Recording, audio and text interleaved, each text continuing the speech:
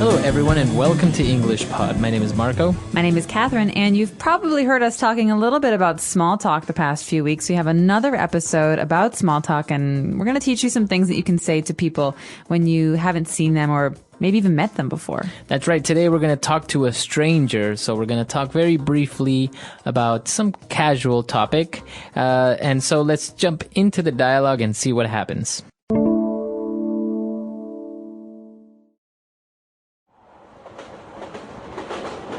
Excuse me, is this seat taken? No, please, feel free. Thanks a lot. Do you work in Shanghai? Yes, I do. How about you? No, I'm a tourist. This place is amazing. It's much bigger than I imagined and much more exciting. There's so much to see here. You can say that again. It's much more modern than people imagine. Where are you from? Well, let's see. I'm from Kansas originally. A much quieter and more peaceful place than here, that's for sure. Uh-huh. But I'm living in Paris right now. Oh, Paris. Wonderful. I'd love to visit sometime. All right, we're back. So now we're going to take a look at a lot of phrases on this occasion. So let's go for Fluency Builder Part 1. Fluency Builder. All right, so the first phrase we have is a very common phrase if you're in a train or on a bus. You hear the phrase, is this seat taken? Right, so Michelle came up to the stranger and said, "Excuse me, is this seat taken?" That means, is anybody sitting here? It basically means, can I sit here? Right. But this is a very polite way of asking if you can sit down in the seat. You can also say it in a restaurant, at a movie theater, in a classroom. So remember this one. This was a really, really common phrase. So it's a very polite way of saying, can I sit down, right? That's right. You're asking for permission, basically. Is the seat taken? Because what if a person says, well, no, it's not? Do you have to say, may I sit down? May I take a seat? Well, if they say, I'm sorry, someone is sitting here, that means that maybe they're waiting for a friend, and then no, you can't sit there. Okay. But if they say, sure, like in the dialogue, feel free, then you're really basically able to sit down, no problem. Right. So the stranger answers by saying, no, please feel free. So he says, no, the seat is not taken. Please feel free. What does he mean by this? Okay, feel free is a very unusual phrase in English, but one that you're going to hear a lot. It basically means do what you want to do. Okay. Okay, so if I want to sit down, I say, is this seat taken? If you say feel free, Marco, that means feel free to sit down. Okay, so we can complete the sentence by saying, no, please feel free to sit down, but it's kind of stating the obvious. You're saying basically feel free to do what you want. That's right, but you could use it in other ways. For example, hey, Marco, are you using this pen right here? No, feel free. That means feel free to use my pen. Okay, very good. And so then they started talking about what they do, where they work. And Michelle said, yes, I work in Shanghai. How about you? Oh, how about you? Now, this is a really important construction. This is a really important phrase in English, and I think a lot of people make mistakes with this. Mm-hmm. So how about you means, do you work in Shanghai? I just said I work in Shanghai, but how about you? Do you? Right, exactly. So that's saying, and you, do you work here? Or, and you, what do you do? How about you? Now, the common mistake with how about you, or using the construction how about, is that for some reason, some people seem to think that it means how is it? So, for example, if someone says, how about your weekend? That's wrong. No, we don't say that. How was your weekend? But in this case, how about you always follows a statement. Mm-hmm. Okay, so yes, I do live in Shanghai. How about you? That means, do you live in Shanghai? Right. If I say, I would like to eat a hamburger and french fries, how about you? How about you? What would you like to eat? Exactly. So remember, that's the way that you use how about. Never say how about your weekend or how about your vacation when you want to ask how was it. Don't say that. No, basically this is a way to reply to someone when they're telling you about their experience. You want to talk about yours. That's right. Okay, so let's take a break. Let's review everything, and we'll be back with Fluency Builder Part 2.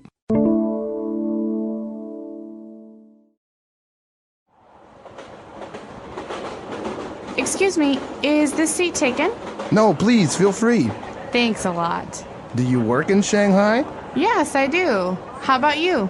No, I'm a tourist. This place is amazing. It's much bigger than I imagined and much more exciting.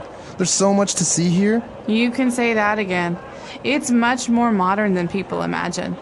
Where are you from? Well, let's see. I'm from Kansas originally, a much quieter and more peaceful place than here, that's for sure. Uh-huh.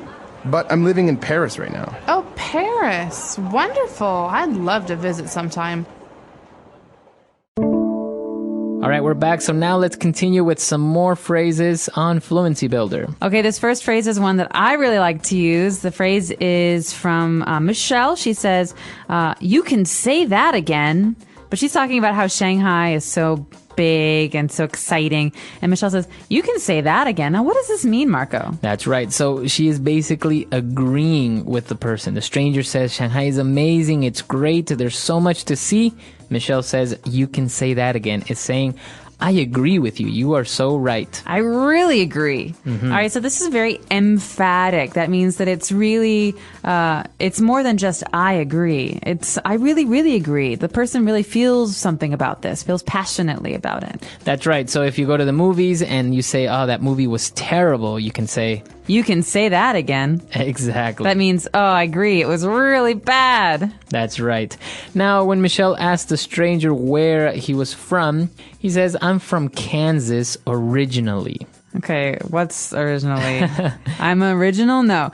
I'm from Kansas originally means maybe I don't live in Kansas now, but that's where I come from. Origin, originally. That means, at the beginning. Right. So just remember, Kansas, by the way, is one of the states in the United States. And so he's saying he's from Kansas, but now he lives in Paris. So that's why you say, I'm originally from Kansas, but I live in Paris. All right, so Marco, you live here in Shanghai, but where do you come from originally? Originally, I'm from Ecuador. All right. And I'm originally from Chicago, but I currently live in China. That's right. Okay, so as he was talking about Kansas, he also said that, well, it's obviously a lot quieter and more peaceful. And then he ends his statement by saying, that's for sure. That's for sure. And this is a phrase that we use to add emphasis on something. It's almost like saying, this is a really quiet, much quieter and peaceful place. That's for sure. It really is. It's not like you're adding anything to the statement, like no meaning, but you're actually kind of making it more strong. Right. You're saying it's a fact. It's a fact. It's really this way. So obviously Kansas compared to Shanghai is a lot more quieter. That's for sure. Or I could say that in Chicago in the winter, it's a lot colder than Shanghai. That's for sure. Right. So again, you're emphasizing on your statement, telling everyone that it's very, very much like this. This is how it really is. Okay. So that's all the phrases we have for you. Why don't we listen to our dialogue one last time?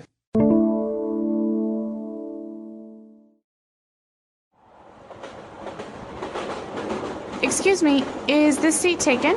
No, please, feel free. Thanks a lot. Do you work in Shanghai? Yes, I do. How about you? No, I'm a tourist. This place is amazing. It's much bigger than I imagined and much more exciting. There's so much to see here. You can say that again. It's much more modern than people imagine. Where are you from? Well, let's see. I'm from Kansas originally, a much quieter and more peaceful place than here, that's for sure. Uh-huh. But I'm living in Paris right now. Oh, Paris. Wonderful. I'd love to visit sometime. All right, so small talk with a stranger. This is actually a very common scenario. If in a bus, in a train, you sit next to a stranger, this is more or less what you're going to talk about. Where are you from? What do you do? Where do you live?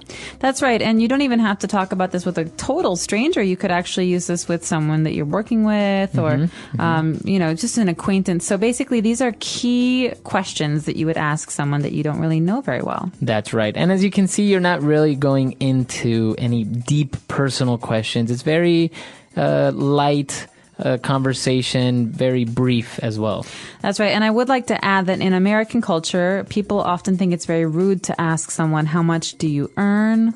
how much is your apartment, how much is your car. So, in small talk in American culture, and I think a lot of Western cultures, we don't talk about money or religion. Yes, So what yes. religion are you? So I think it's important to talk about things that are very, very simple.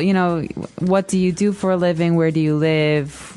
How's the weather? These things. Yes. This is exactly, I think, one of the main points that when you're learning a language such as English, not only to understand the language, but also the culture. It's very, very different, especially, for example, in Asian cultures where it's no big deal if you go to the hairdresser and the hairdresser asks you how much you earn.